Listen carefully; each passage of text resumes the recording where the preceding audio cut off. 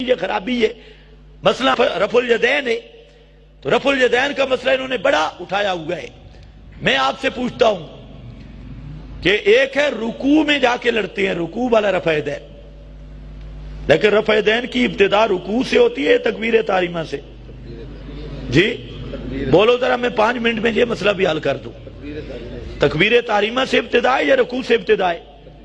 رفع الیدین کی ابتدا کس سے؟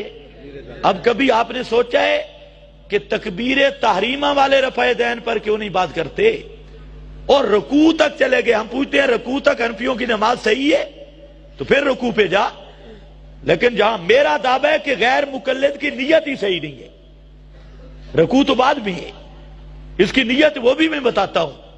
نماز کی نیت ہے یا نہیں ہے؟ جی نیت ہے، دل کا ارادہ، لیکن کوئی چیز تو سوچتا ہوگا، تو نفس نیت حدیث میں آ گئی انما الاعمال بالنیات، لیکن تفصیل نیت کہ فرضوں کی نیت کیا ہے، سنتوں کی کیا، نفلوں کی کیا، آج کی کیا، کل کی کیا، یہ ہے تفصیل نیت۔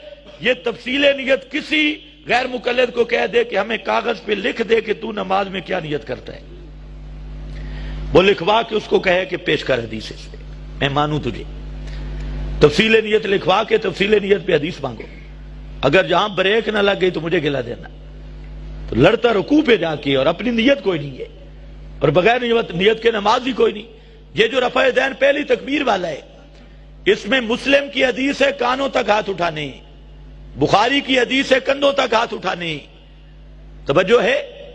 تکبیر تحریمہ والا رفع الیدین پہلے یہ مسئلہ حل کر۔ بخاری کی حدیث کہتی ہے، روایت کہتی ہے کندھوں تک ہاتھ، مسلم کی کہتی ہے کانوں تک۔ اب یہاں دو روایتوں کا آپس میں اختلاف ہے، پہلے ان کو حل کر۔ اذا تنازعتم فی شیء فردوہ الی اللہ والرسول، بخاری اور مسلم کا اختلاف بن گیا۔ بخاری کہتے ہیں کندھوں تک، مسلم کہتے ہیں کانوں تک۔ اب تو پہلے اس کو حل کرنا، تیسرا فیصلہ لا۔ اب تو نے بخاری کی لے لی، مسلم والی روایت چھوڑی، کس دلیل کی بنیاد پر؟ وہ دلیل لا۔ یا اتباع ہوا پر؟ کیا دلیل ہے تیرے پاس؟ اور میں جیسے ہاتھ کھڑے کرتا ہوں دونوں پہ عمل ہے، ذرا کرو ہاتھ۔ یہ کانوں سے لگانے نہیں ہیں، کانوں سے بالکل نہیں لگانے۔ یہ کندھے کے برابر ہے، یہ کانوں کے برابر ہے۔ میں جیسے ہاتھ کھڑے کرتا ہوں دونوں حدیثوں پہ عمل ہے، اور یہ لگتا ہے سپرنگ لگے ہوئے ہیں۔ یہ تو ہو گیا، بخاری والی پہ عمل تھے، کانوں والی یا تو کان اتھے لا، یا ہاتھ اس طرح اٹھا جیسے حنفی اٹھاتی، پھر دونوں حدیثوں پہ عمل ہے۔ اب پہلے اس پر فیصلہ کر کہ تو نے بخاری کو لے لیا اور مسلم کو چھوڑ دیا، دونوں حدیثیں سندن صحیح ہے، تیرے اصول کے مطابق تو کوئی حدیث صحیح بنتی نہیں ہے، بہرحال محدثین کے اصول کے مطابق صحیح ہے، دونوں حدیثیں صحیح ہے۔ اب یہ فیصلہ کر، اس کے بعد میں آگے بات کر۔ جو رفع الیدین ہے رکوع والا، اس کے متعلق 5 قسم کی حدیثیں آ چکی ہے، 4 قسم کی چھوڑ چکا ہے غیر مقلد، ایک پہ ڈٹا ہوا ہے۔ یہ 4 رکعتوں والی نماز میں 10 مرتبہ رفع الیدین کرتے ہیں، ان کو گنتی بھی نہیں آتی، اور بعض روایتوں میں ہر تکبیر کے ساتھ رفع الیدین ہے، اور بعض روایتوں میں 16 مقام کا رفع الیدین ہے 4 رکعتوں میں، بعض میں 9 مقام کا رفع الیدین ہے، بعض میں ایک روایت کا رفع الیدین ہے، ایک رفع الیدین ایک دفعہ کا۔ تو یہ 5 قسم کی روایتیں ہیں۔ اب سوال یہ ہے کہ 4 قسم کی حدیثیں چھوڑ کر اہل حدیث کیسے بن گیا؟ 4 قسم کی حدیثیں چھوڑی ہیں، سیدوں کا رفع الیدین بھی حدیثوں میں ہے، وہ بھی چھوڑ دیا، اور کہتا ہے کہ میں ہوں اہل حدیث۔ میں نے 4 اس لیے چھوڑی کہ میں نے قرآن کو دیکھا، قرآن نے میرا ساتھ دیا، اللہ کے قرآن نے یہ مسئلہ بیان کیا کہ قد افلح المؤمنون الذین هم فی صلاتہم خاشعون، وہ مومن کامیاب ہیں جو نماز میں خشوع کرتے ہیں، یعنی خشوع اللہ کے ہاں افضل ہے، جتنا خشوع ہوگا افضل ہے۔ خشوع کا معنی سب مفسرین نے کیا سکون، خاشعون ساکنون، سکون جتنا ہوگا، سکون نماز میں افضل ہے۔ اتنی بات قرآن سے آ گئی۔ اب میں نے مسلم شریف کو دیکھا، مسلم میں حضرت سمرہ بن جندب صحابی، وہ کہتے ہیں ہم رفع الیدین کر رہے تھے، اللہ کے محبوب آئے، مسلم پڑھ رہا ہوں، فرمایا کہ مالی اراکم رافعی ایدیکم فی الصلاۃ، کیا ہو گیا مجھے کہ تم نماز کے اندر رفع دین کرتے ہو؟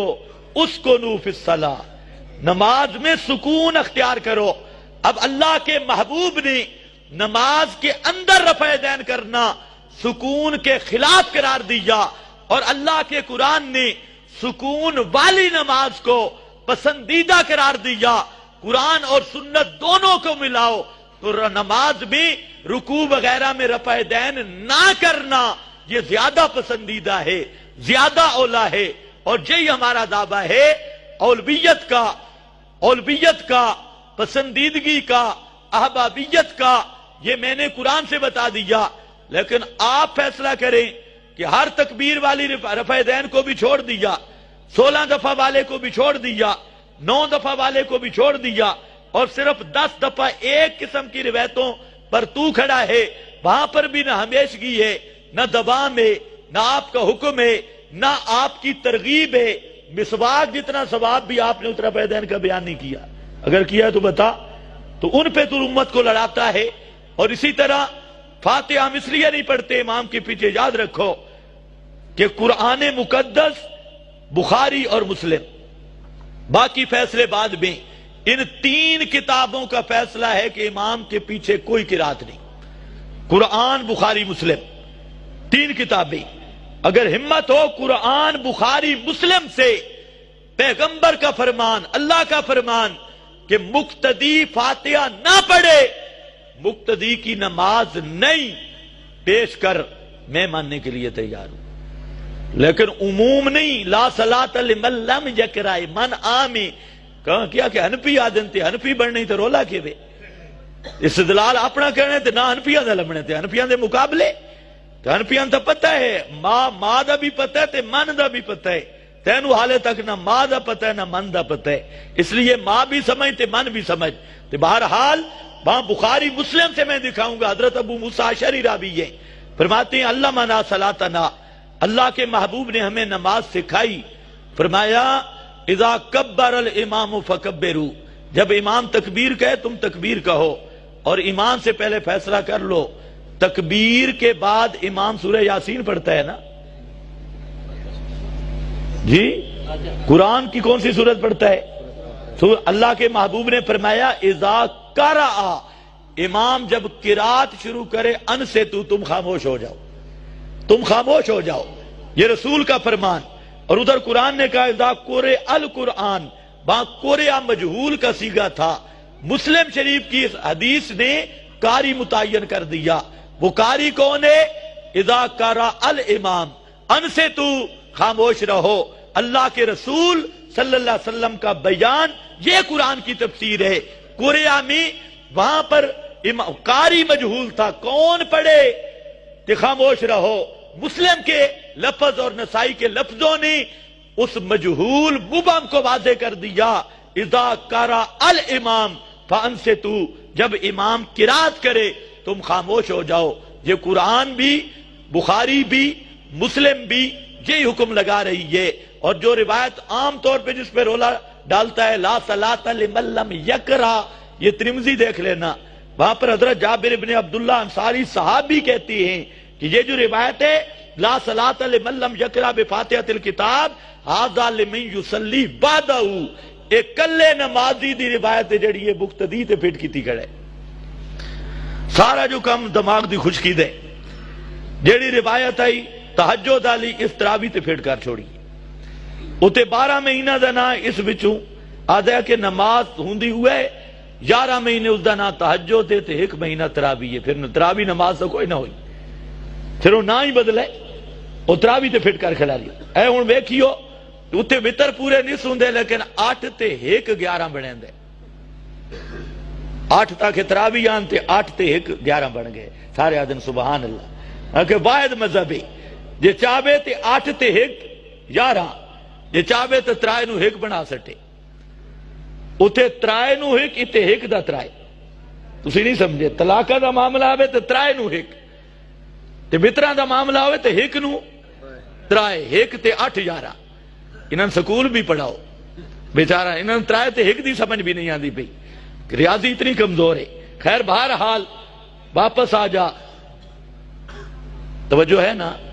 قرآن بخاری مسلم اس دا فیصلہ ہے کہ مقتدی دی کوئی قرات نہیں. اس تو تلے آسے تو پھر محمد بن اسحاق کی دجال من الدجاجلہ ایڈے دجالہ نہ یہ اتنے پکے مسئلے ثابت نہیں ہوں دے.